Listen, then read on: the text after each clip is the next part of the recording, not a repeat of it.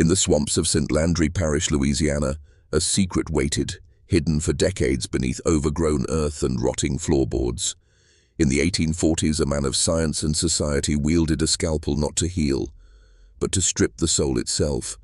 Records were sealed, whispers were silenced, and yet, one fragment survived, a witness who remembers everything. Children confined, families torn, lives erased under the guise of morality, and though he vanished, his legacy remained, etched in pain, in fear, in silence. This is the story of Dr. Thaddeus Lorimer Cade, the surgeon who could remove souls. Before we go any further into the hidden history of Dr. Thaddeus Lorimer Cade and the nightmare he disguised as medicine, make sure you're subscribed and have the notification bell turned on. Tell me in the comments which state you're listening from. Now, let us return to the year 1836. To understand what emerged from the sealed files of Dr. Thaddeus Lorimer Cade, we must first understand the world that shaped him.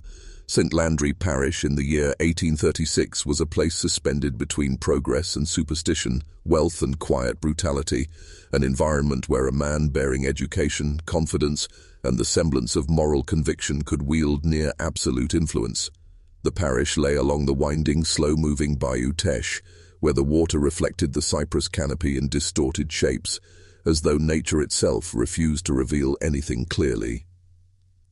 Economic records from the period list an increase in sugar and cotton yields, and the 1836 census confirms a social hierarchy built upon more than 7,000 enslaved men, women and children whose labor sustained the planters' grand homes and their ambitions. The region's architecture mirrored its divided identity. In the town of Opelousas, narrow wooden storefronts and modest offices lined the muddy main street, but the surrounding plantations stood as fortified monuments to southern prosperity, raised on brick piers, framed in cypress and wrapped with columned galleries that circled the houses like the arms of an ever-watchful host. It was a society obsessed with appearances, where status was measured in acreage, lineage, and the subtle presence of French influence in one's speech and manners. It was into this world that Dr. Thaddeus Lorimer Cade established himself. Parish birth records place Cade's arrival in Louisiana sometime in late 1833, having traveled from Savannah by way of Natchez. He entered Opelousas as a man of impeccable posture and stillness, thin, tall, with prematurely silvering hair that only enhanced the impression of intellect. The local newspaper, the Opelousas Courier, described him in an 1834 column as a gentleman physician of admirable restraint and penetrating insight, though no writer ever explained how such an assessment had been made so quickly. Residents later claimed that Dr. Cade seldom raised his voice, seldom hurried, and seldom seemed troubled by the disorder around him. Those who met him for the first time all recorded the same observation. His eyes, pale and sharply focused, did not merely watch, they examined, as though every face he encountered presented a puzzle, a weakness, or an unexpressed confession he was determined to uncover. He was welcomed with unusual speed. Louisiana communities of the 1830s did not extend trust to outsiders without formal introductions or credible references, yet Cade navigated the parish's elite circles with immediate familiarity. He spoke with educated gentility, quoted medical journals from Philadelphia and London, and appeared to know precisely how to reassure anxious planters who feared contagion or injuries among their labor forces. When the St. Landry Parish Council debated the need for a dedicated medical officer for the poor and the enslaved, Cade submitted a letter of interest so polished and compelling that the council accepted his offer unanimously. What no one mentioned publicly was that Cade purchased land almost as soon as he arrived, 17 acres just outside Opelousas, bordered by live oaks whose branches interlocked like the ribs of a cathedral. The house he constructed there, completed in 1836, became the origin of all subsequent whispers. The estate was modest by planter standards, but its design was unmistakably deliberate. Visitors described a structure without the usual ornamentation favored by Creole builders. Instead, Cade's house was stark, symmetrical, and unnervingly quiet. The central hall ran straight from the front door to the back, dividing the home into perfect halves. Windows were narrow and high-set, letting in light but preventing casual observation from outside. And beneath the floorboards, set into the brick foundation, was a basement, an architectural feature rare and impractical in the Louisiana climate, where groundwater often rose with the seasons. Cade explained that the underground room was necessary for storing medical equipment, specimens, and instruments requiring stable temperatures. The parish accepted his reasoning. After all, they had no reason yet to question him. He was articulate, composed, and most importantly, useful. Illness was frequent in the region, and mortality, especially among enslaved children, was a constant fear. Cade's apparent competence reassured the landowners who depended on healthy labor to maintain their wealth. But from the beginning, there were small inconsistencies. His medical training, for instance, could not be verified. He spoke convincingly of his education in Charleston and later in Edinburgh, yet letters sent to both cities yielded no records of him. When asked about this, Cade responded with a gentle laugh and a dismissive wave of the hand, explaining that clerks often misplaced files or spelled his name incorrectly. Since no one could disprove him, the matter was dropped. In private, however, the doctor nurtured a fascination that went beyond physical illness. Surviving fragments of his early notebooks, those not destroyed or censored after his disappearance, reveal a man consumed by an early 19th century belief that the mind, the soul, and the moral character were not spiritual abstractions, but anatomical realities. One passage, dated 1835, is frequently cited by historians who have studied the sealed archive. If sin be a darkness, then darkness must be locatable, and if locatable, then removable. Another reads, "The brain may yet prove the throne of every transgression, and he who learns its passages may excise corruption as readily as a surgeon cleanses a wound." These ideas were not entirely unique for the time. The 1830s witnessed a surge of pseudo-scientific theories, phrenology, somatic cures, moral hygiene movements, all attempting to explain behavior through physical causes. Yet Cade's interest went far beyond philosophy. He believed that the soul itself, or at least the moral afflictions attributed to it, could be surgically accessed. He believed he could heal through incisions, not sermons. To the public, none of this was apparent. They saw a refined physician who treated fevers, set broken bones, and offered reassuring words in a calm voice. They saw a man who attended church services, bowed politely to ladies, and donated his time to the parish orphan house. But within his private circles, those he invited to view the research wing of his property, stories began to spread. The research wing, built behind the main house and connected by a narrow covered walkway, was constructed with a precision that unsettled even trained architects of the period. The building had no windows except for two small openings near the roofline. It had a single entrance, reinforced with ironwork. The interior walls were paneled in smooth cypress boards, not typical of laboratories but ideal for muffling sound. The floor sloped slightly to the back, where a row of drains fed into underground channels Cade claimed were for sanitary disposal. The few who toured the wing recalled an odor they could not name, sharp, metallic, and strangely cold. Cade attributed it to disinfectants. They accepted the explanation and told themselves that unpleasant smells were simply part of scientific work. Cade's influence grew steadily. When the parish debated the appointment of a surgeon for the newly established St. Landry House for the Disturbed, a modest asylum meant to confine those considered dangerous, unmanageable, or morally unfit, Cade was chosen without contest. He presented himself as a reformer, advocating for structured treatment, controlled environments, and what he referred to as restorative discipline. In an era when mental illness was poorly understood, his proposal sounded progressive. What the council did not realize was that Cade was constructing a system in which he held absolute control. Patients brought under his care were often poor, enslaved, or socially powerless. Families who surrendered relatives to the asylum seldom visited. Written records from the period show that more than half of the individuals admitted between 1836 and 1849 were transferred by owners, sheriffs, or distant kin who simply wished to be rid of them. Cade knew this. He counted on it. The doctor slowly cultivated a reputation not only as a healer, but as a moral custodian. He wrote articles in the parish newspaper advocating that corruption of the mind must be corrected before corruption of the community may be subdued. He delivered lectures in the courthouse describing the anatomy of wickedness through precise, unemotional language that caused listeners to nod rather than question him, and he began collecting cases. Patients, he claimed, exhibited manifestations of moral decay, a condition he believed could be reversed with invasive treatment. Evidence from recovered notes suggests that Cade had identified what he considered the organ of darkness, a region within the frontal skull where, according to his theory, moral impulses became infected.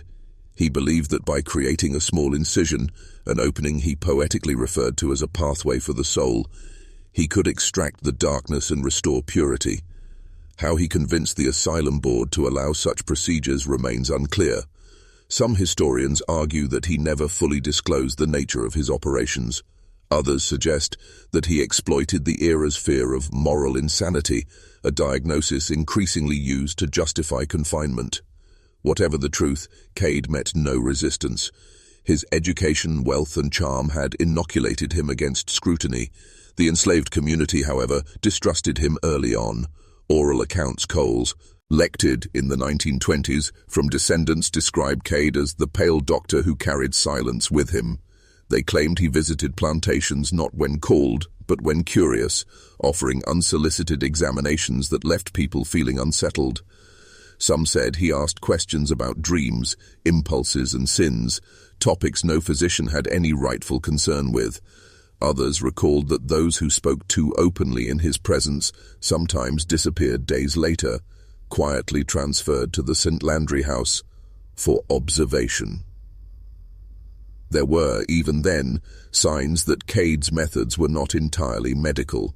A planter's wife, Mrs. Eloise Marchand, wrote in an 1837 letter that she declined Cade's offer to treat her melancholy, describing his manner as too intense, his inquiries too pointed. "He asked whether I felt darkness behind my eyes," she wrote. "How may one answer such a question? And why did he seem so satisfied when I hesitated?" Her letter is one of the few surviving civilian testimonies that hint at Cade's early obsessions. By 1838, the doctor's estate had become a place of whispered fear among the parish's underclass. Children dared each other to approach the property's fence at dusk. Enslaved field workers traveling the road avoided the estate entirely, choosing longer routes through the woods rather than risk meeting Cade after sundown. Several later recalled hearing strange sounds drifting from his research wing, low cries, rhythmic tapping, or the faint scrape of metal on stone.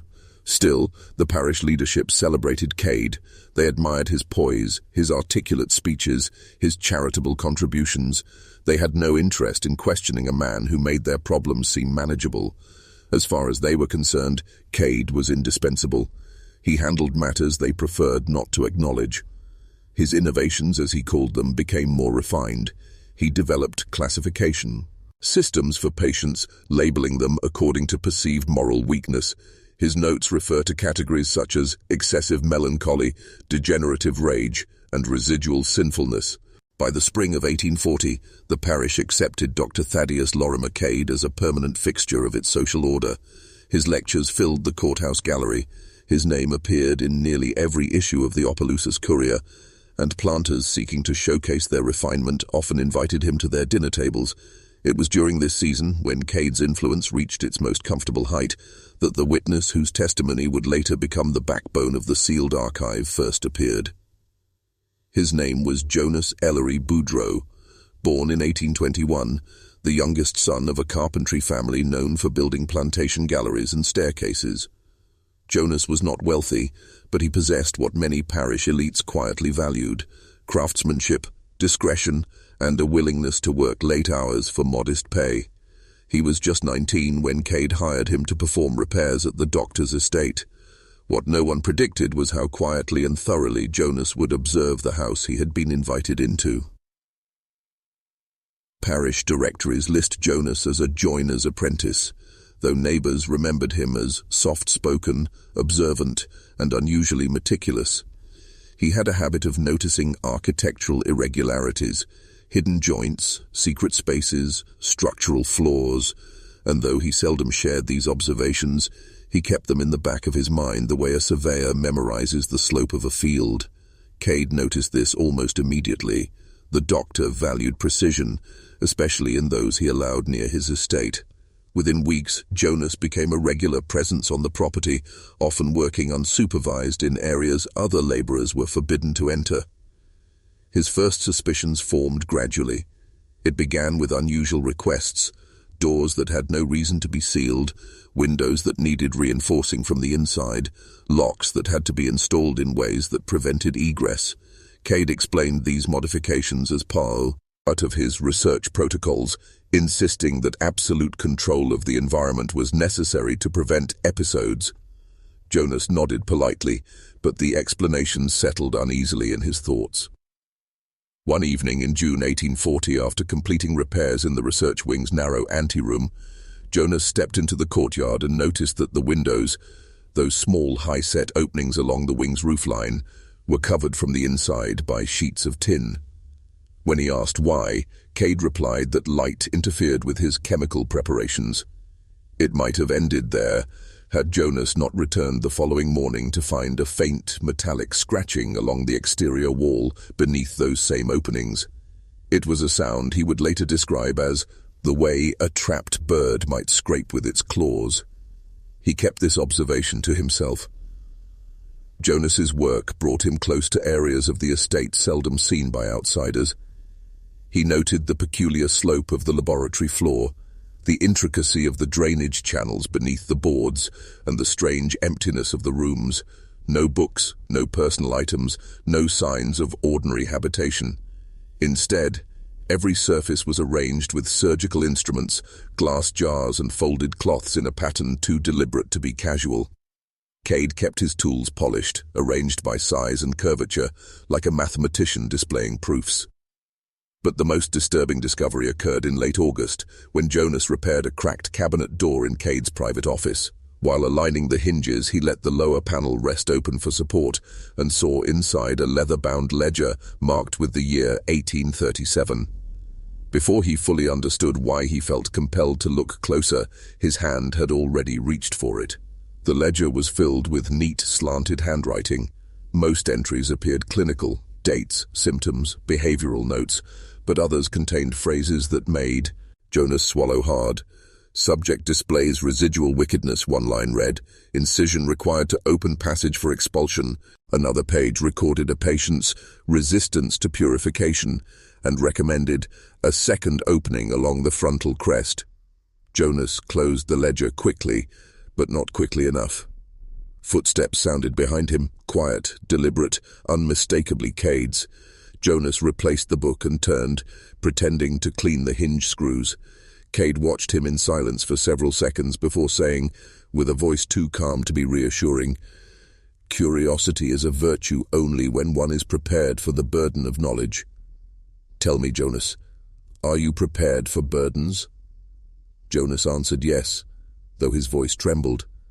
Cade smiled faintly and dismissed him.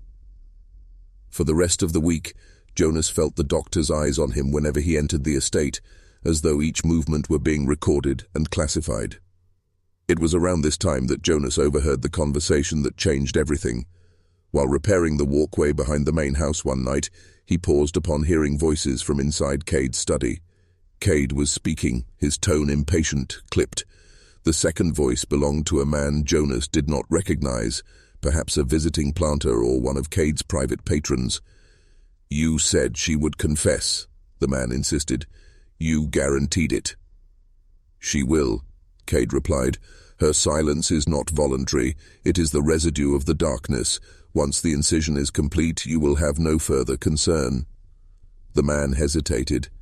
"And if she dies?" "Then the darkness will die with her.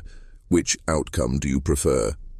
There was a long pause, followed by the creak of the wooden chair as the visitor stood. "Do what you must," he said. "We have no choice." Jonas stepped away from the window before the voices stopped, his heart pounding. He did not understand the meaning of incision, nor the identity of the woman being discussed, but he knew with cold certainty that it was not a medical matter. In the following weeks, Jonas attempted to alert others, not dramatically but carefully, by asking questions disguised as curiosity. He approached the parish priest first, mentioning Cade's unusual techniques and the troubling ledger entries. The priest laughed softly, attributing everything to Jonas's youth. "A surgeon must confront things that unsettle the ordinary mind," he said. "Fear not. The doctor is a man of science." Jonas then attempted to confide in a merchant who occasionally supplied Cade with chemicals. The merchant listened half-heartedly, then warned Jonas to mind his tongue. "Cade's friends have long memories," he said, "and longer reach." Even Jonas's own family refused to take him seriously. His father, grateful for the steady pay Cade provided, reprimanded him sharply for spreading nonsense. His older brother suggested that exhaustion was making him imagine things. "You work too late," he said. "Finish the job and stop watching what ain't your business." It was then that Jonas began keeping notes. Short entries at first, dates, sounds, small inconsistencies he observed at the estate, then sketches of the laboratory layout, then copies of phrases he had seen in the ledger. He hid the notebook beneath the floorboard of his sleeping room, convinced that one day he would need proof. In October of 1840, Jonas fell ill. It began with a dull ache behind the eyes, persistent, rhythmic, worsening with each morning. Then came the nausea, the dizziness, and the strange tingling in his fingertips. His father attributed it to late-night work and the humid weather, but Jonas suspected something worse. He believed, though he dared not say it aloud, that Cade had poisoned him. The symptoms progressed exactly as Cade's ledger had described in a patient labeled Subject 14, administered compound. Jonas recorded a ringing in his ears, a heaviness in his limbs, and a creep inside his sense of paralysis at night, as though his body were turning to stone while his mind remained awake. He died shortly after sunrise on November 9th, 1840, at the age of 19. The official cause of death, signed by Dr. Cade himself, was recorded as complications of fever. No one questioned the diagnosis. Jonas's family held a modest funeral, attended by neighbors, church members, and, to their gratitude, Cade. The doctor stood near the front of the congregation, his expression serene, his condolences soft and measured. Several witnesses later recalled an unsettling detail.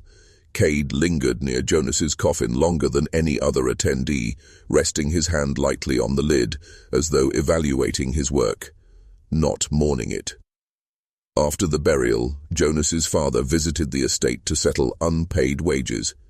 Cade greeted him warmly, offered tea, and expressed remorse at the loss of such a promising and conscientious young man. He returned the father's tools and praised Jonas's craftsmanship with gentle admiration. Only Jonas's younger sister felt something out of place in Cade's demeanor. She would later tell interviewers in 1904 that the doctor's grief felt performed, like a recitation he had memorized. But she said nothing at the time. What could a girl of 16 possibly accuse a celebrated physician of? Jonas's notebook remained hidden beneath the floorboard of his room for 27 years. His family never found it.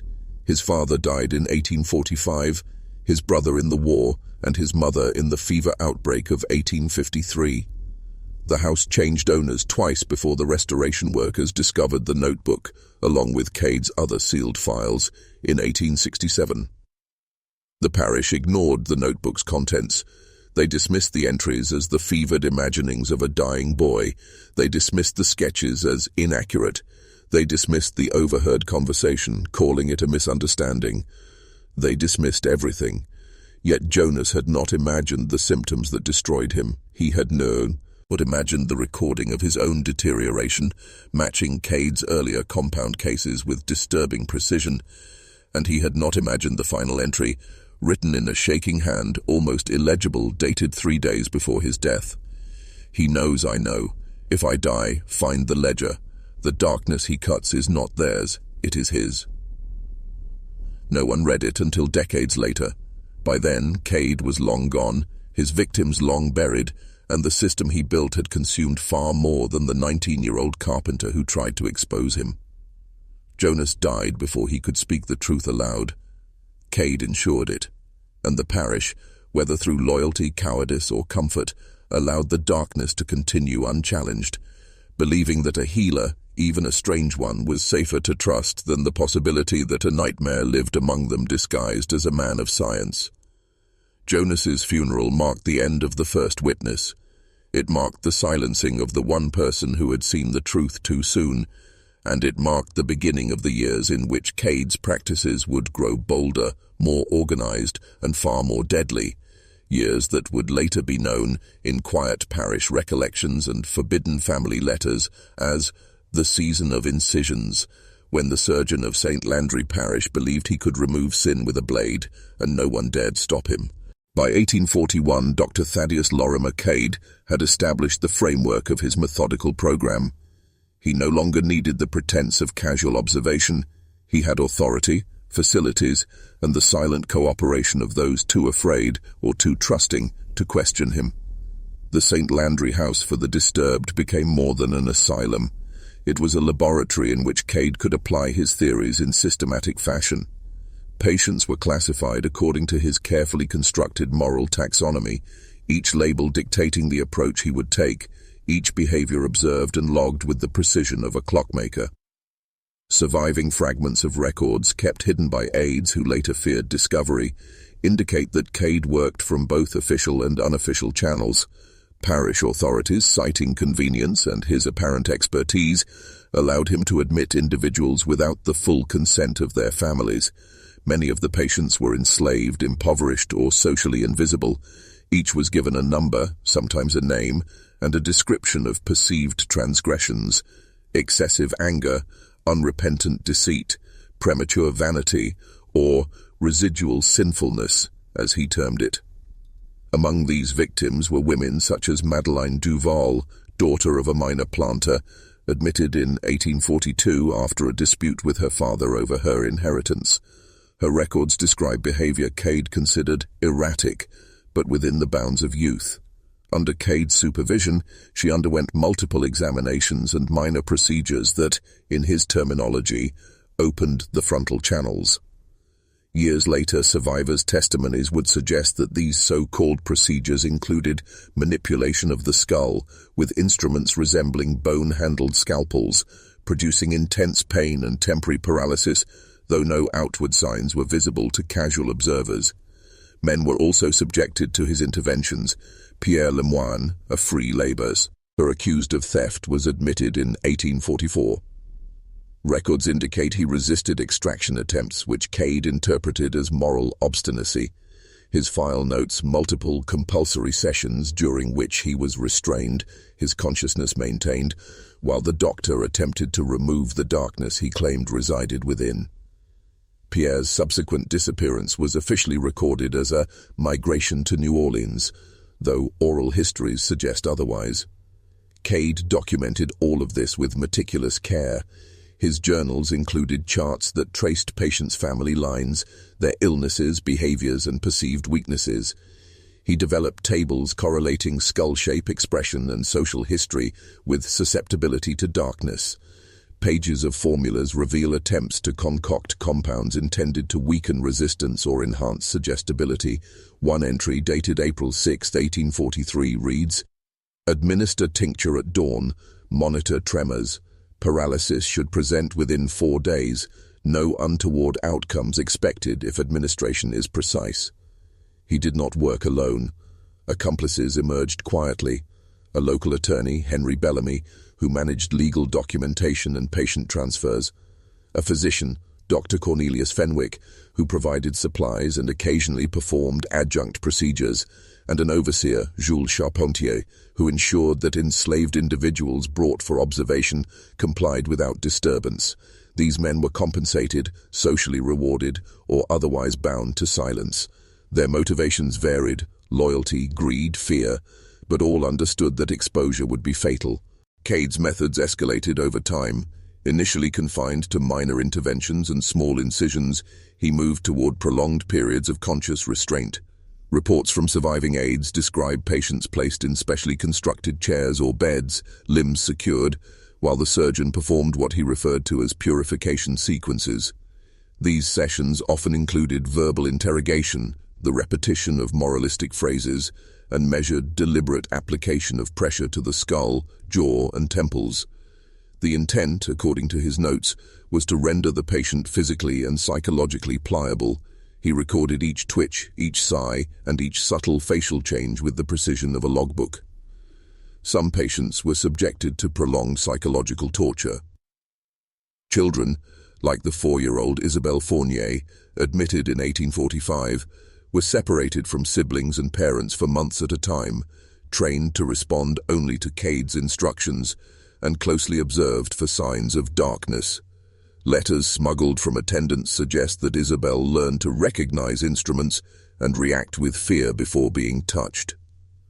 Other children, removed under false pretenses by trusted families, never returned. Local oral traditions speak of faint cries drifting from the asylum at night, which elders long after claimed to have heard as unmistakable, desperate, human, and unanswered. By the late 1840s, patterns of cruelty were unmistakable. Patients arrived from neighboring parishes and were incorporated into Cade's system seamlessly, often under the pretense of reform or treatment. Families, trusting or intimidated, provided documentation or verbal assent. Parish officials were either unaware of the methods or unwilling to intervene. One surviving correspondence between Cade and the parish council, dated March 12, 1848, reads, "All patients under my supervision are treated according to best practices of both morality and medicine. Any suffering is incidental and necessary." The phrase incidental and necessary appears in multiple records, a chilling euphemism repeated when discussing deaths, injuries, or prolonged confinement. While most victims succumbed silently, others attempted to resist. A young man named Émile Rousseau, admitted in 1846, exhibited early signs of cognitive resistance to Cade's techniques. He refused certain procedures, cried out, or attempted escape. His journal, discovered decades later in the parish archives, contains cryptic entries. "The man smiles when we tremble. I feel the weight of unseen hands and cannot move. Yet my mind watches everything." Émile disappeared shortly thereafter.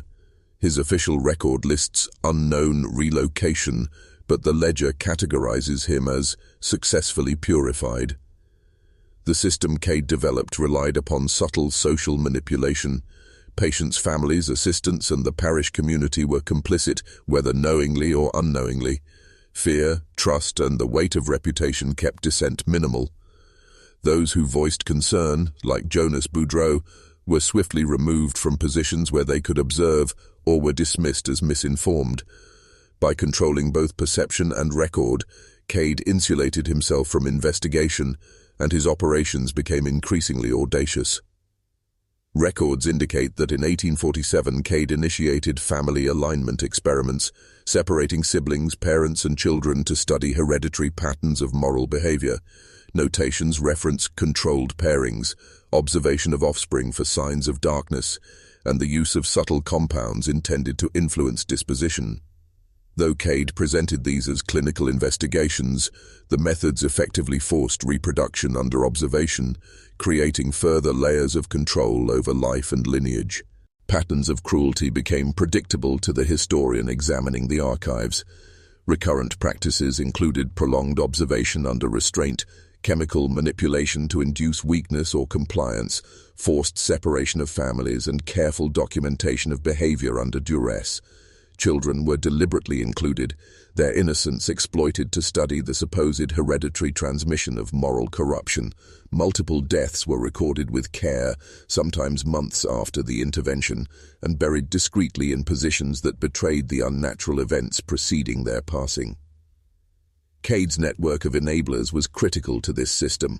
Dr. Cornelius Fenwick, once a colleague in name only, supplied instruments and occasionally administered secondary treatments. Henry Bellamy handled legalities, ensuring that paperwork legitimized every admission.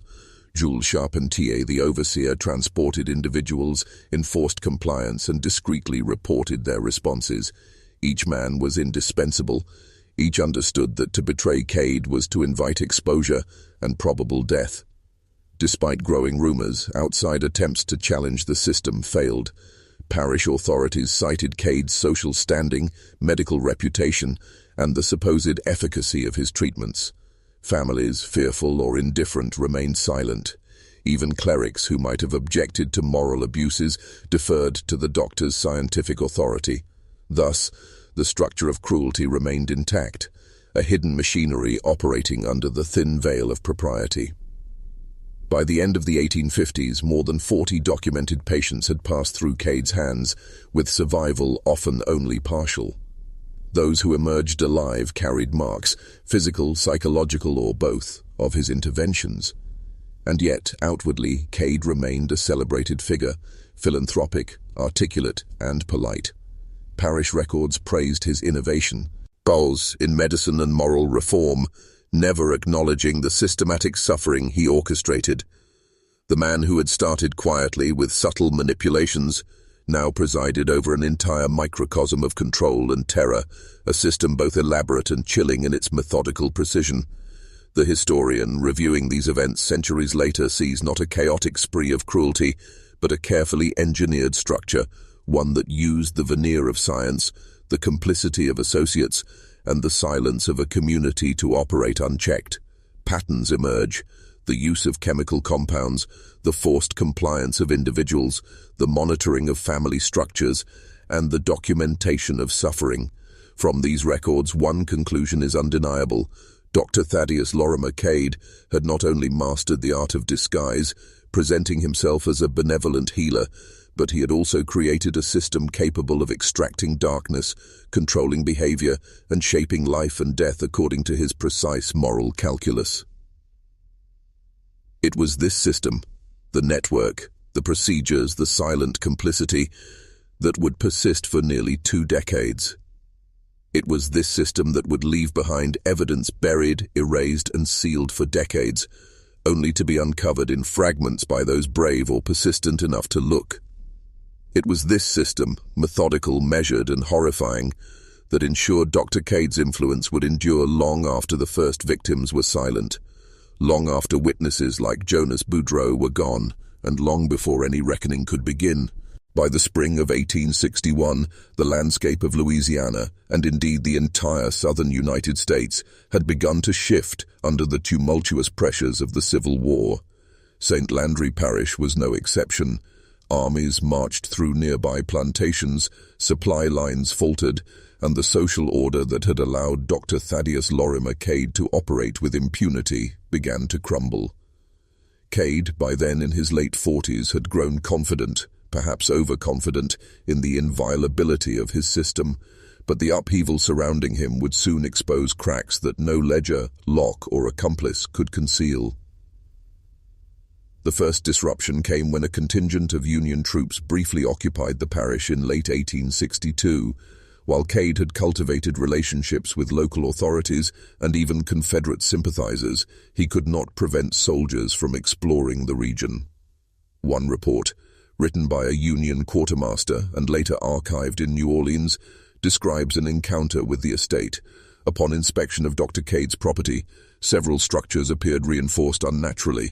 Openings were barricaded, rooms devoid of ordinary furnishings, yet with instruments and tables of surgical intent. The doctor, polite but evasive, allowed no access to interior chambers. The quartermaster noted the presence of young children, yet could not ascertain their origin or purpose. He recorded a vague unease that the eyes of the house seemed alive, observing without observing. During this period, Cade's network of enablers began to fracture. Jules Charpentier, the overseer, was conscripted into service, leaving logistical gaps in the transport and confinement of patients. Dr. Cornelius Fenwick, fearful of potential investigation by Union authorities, withdrew from direct involvement. Henry Bellamy, the attorney, retreated to the relative safety of New Orleans. Without these men, Cade's control over the Easter 8 weakened. Yet he continued his work, now more clandestine, relying on trusted servants and remaining staff to maintain the routines of confinement, observation, and chemical administration. The village itself became increasingly suspicious. Rumors of unnatural deaths, disappearances, and the prolonged confinement of children and adults alike spread quietly among the residents.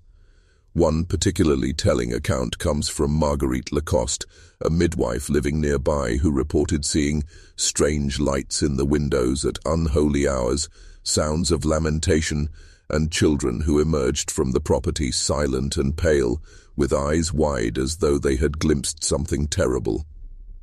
Marguerite's testimony, recorded in a private diary that surfaced in the 1920s, conveys both fear and uncertainty.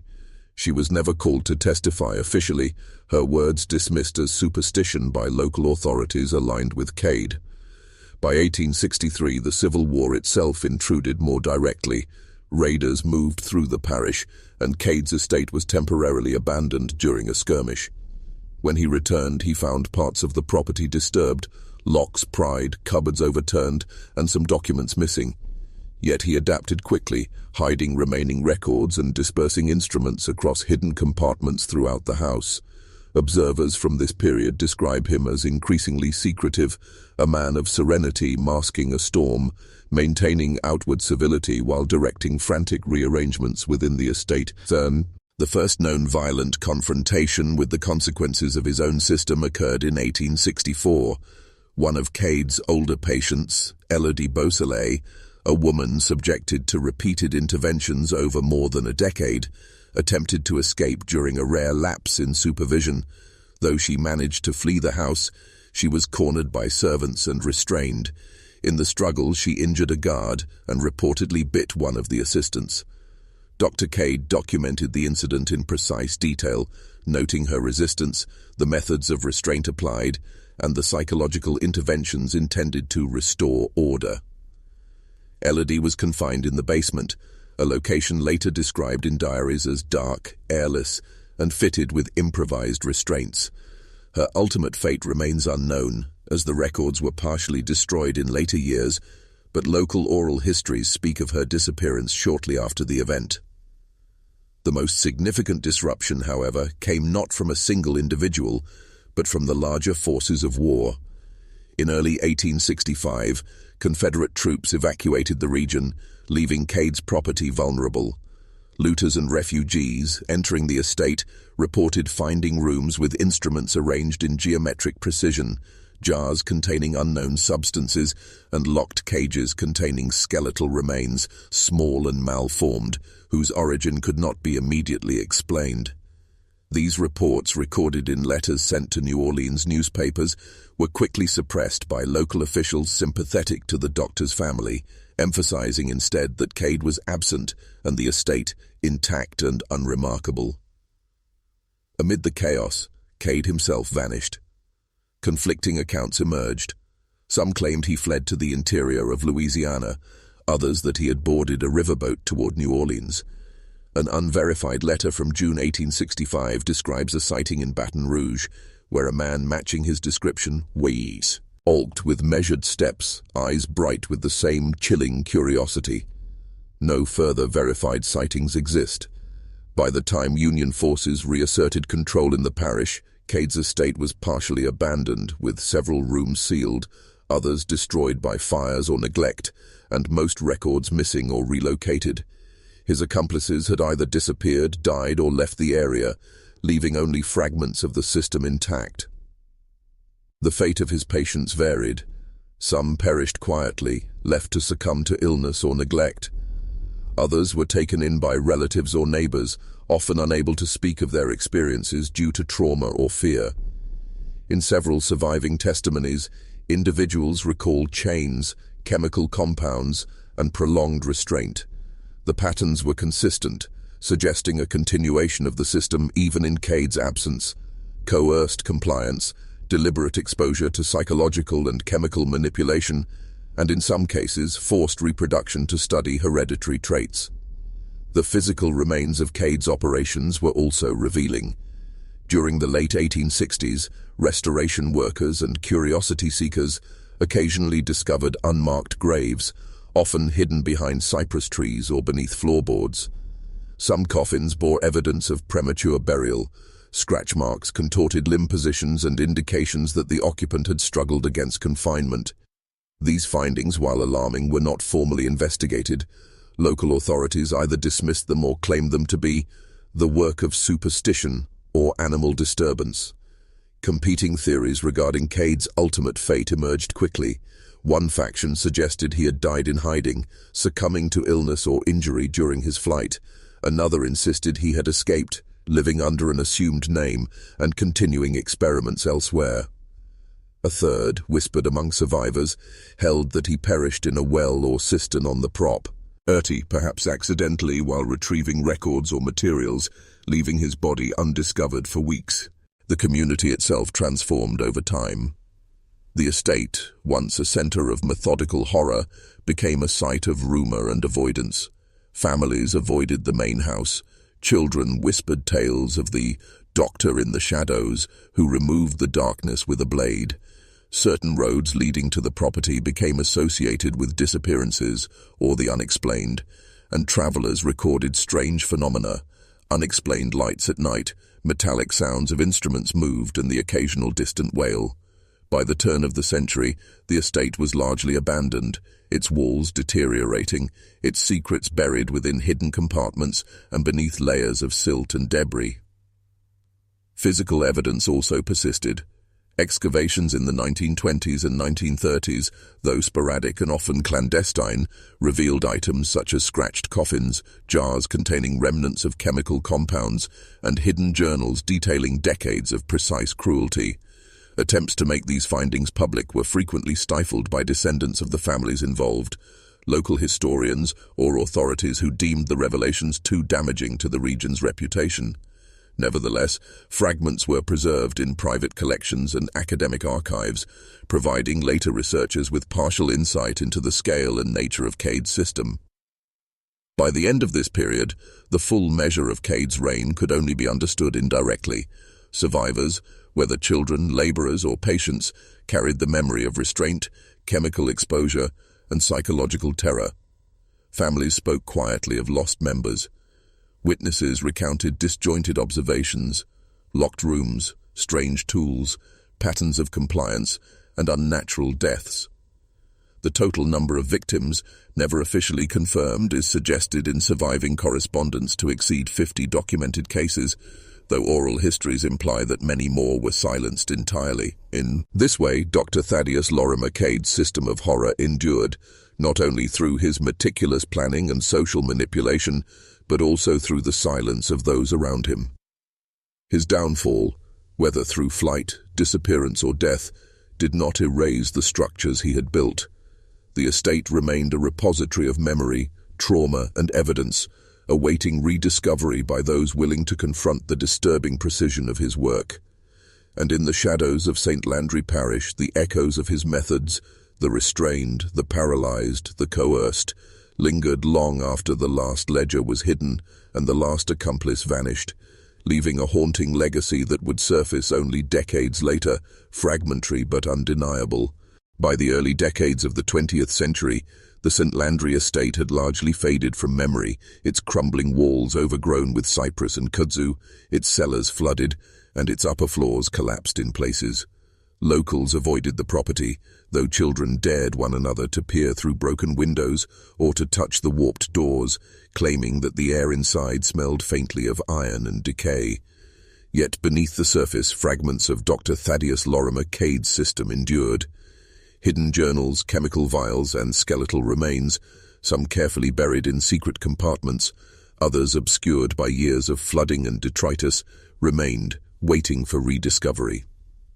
The first documented rediscovery occurred in 1924, when Professor Albert Duval, a historian of Southern medical practices, obtained access to a collection of parish archives. Among contracts, property deeds, and legal correspondence, he found several of Cade's handwritten journals, some partially charred, others carefully sealed in oak boxes.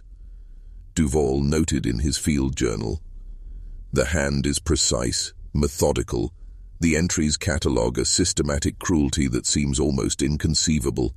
Instruments, chemicals, and patient behaviors are logged with the same attention one might afford a ledger of crops or taxation. These entries reveal detailed procedures for the chemical and physical manipulation of patients, including precise dosages, onset of symptoms, and the progression of paralysis or weakness.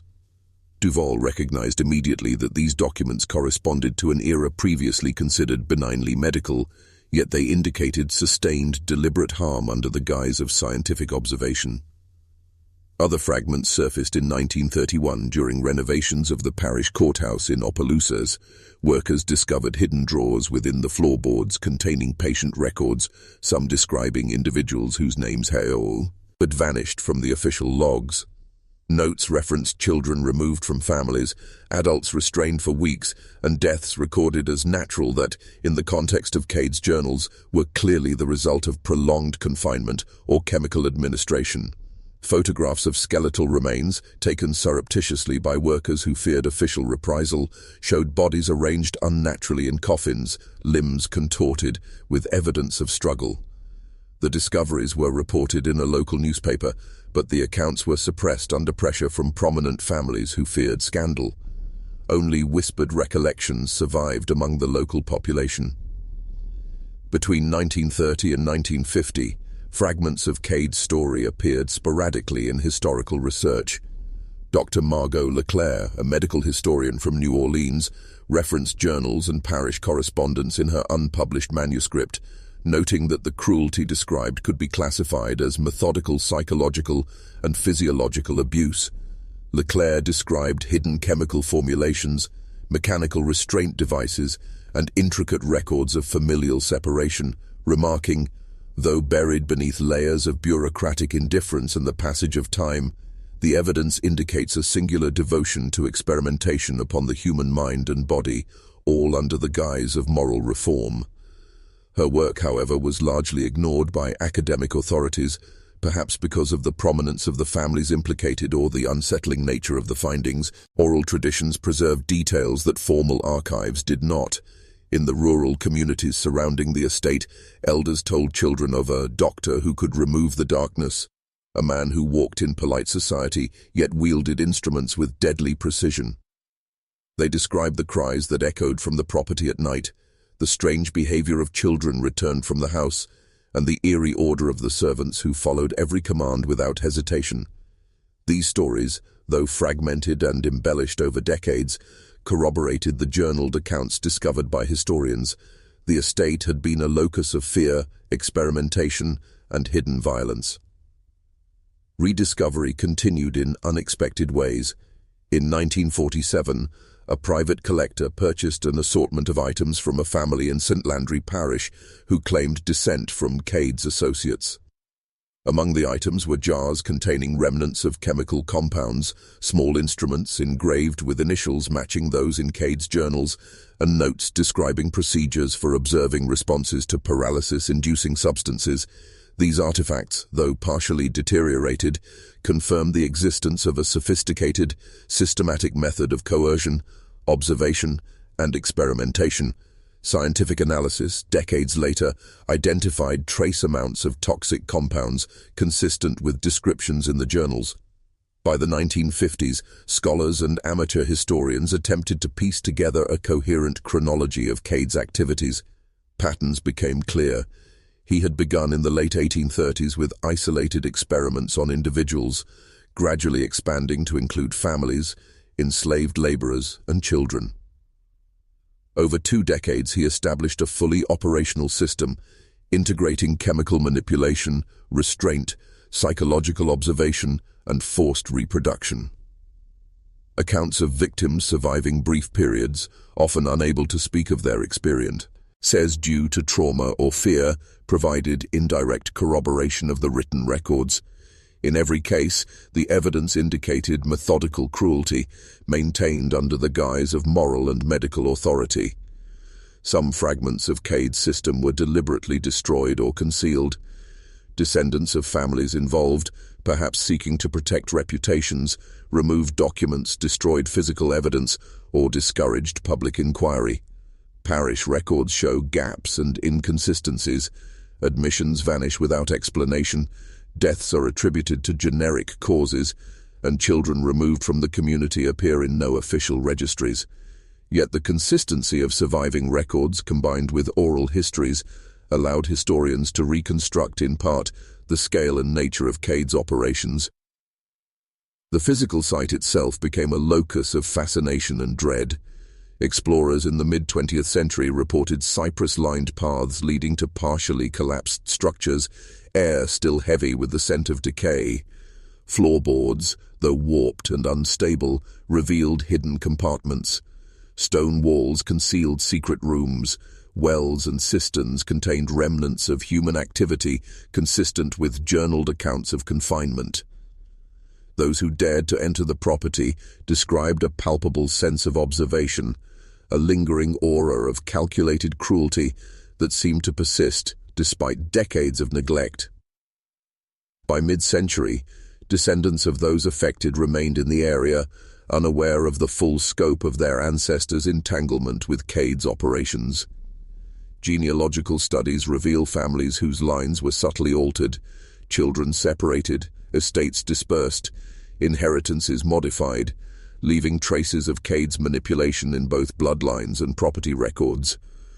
Oral histories suggest that some families internalized fear, caution, or silence as part of a coping mechanism, never speaking openly of events, yet passing down vague warnings to younger generations. The estate itself eventually fell into near complete abandonment by the 1960s, overgrown and repurposed in part as farmland or for minor construction. Local legends persisted. Travelers reported glimpses of figures at windows, faint metallic sounds in ruins, and strange sensations of observation. Oral histories emphasized the estate as a place where boundaries between life and death, consciousness and coercion, had once been deliberately blurred. Even into the late 20th century, fragments of Cade's influence could be traced. Archaeologists and local historians discovered remnants of restraints, skeletal remains in unnatural positions, and traces of chemical compounds consistent with historical journals. Though incomplete, these finds corroborated earlier accounts, suggesting that his system had been both elaborate and enduring. As the century progressed, the story of Dr. Thaddeus Lorimer Cade became a cautionary tale. Scholars and journalists emphasized the combination of social authority, scientific pretense, and meticulous planning that allowed systematic cruelty to persist. Descendants of victims, sometimes unknowingly, carried the psychological and genealogical impact of his operations. Researchers noted that the unmarked graves, fragmented journals, and oral traditions were all that remained of a system designed to erase itself, yet they persisted nonetheless, leaving a haunting imprint on the landscape and collective memory. By the 21st century, the site of Cade's estate remains largely unmarked, hidden beneath vegetation, overlooked by modern maps. Yet historians, journalists, and amateur explorers continue to uncover fragments, scratched coffins, partial journals, and subtle evidence of systemic abuse. Local oral traditions, preserved across generations, recall the cries of patience, the precision of instruments, and the fearsome calm of a man who could waltz in polite society while orchestrating calculated terror. Some secrets buried in St. Landry Parish may never be fully revealed. Despite rediscovery, suppression, and the passage of decades, the meticulous precision of Dr. Thaddeus Lorimer Cade's system continues to haunt, offering a chilling reminder of the intersection of authority, science, and human cruelty. The fragments that remain, journals, skeletal evidence, oral testimony, speak to a methodical horror, one that persisted far longer than any single observer could endure, one that shaped the lives, families, and memories of those who survived. Even today, the land retains its aura. Overgrown paths, hidden wells, and dilapidated structures speak silently of the carefully constructed system that once operated within. Researchers who walk the property report subtle, inexplicable sensations, fleeting sounds, and the impression of being watched.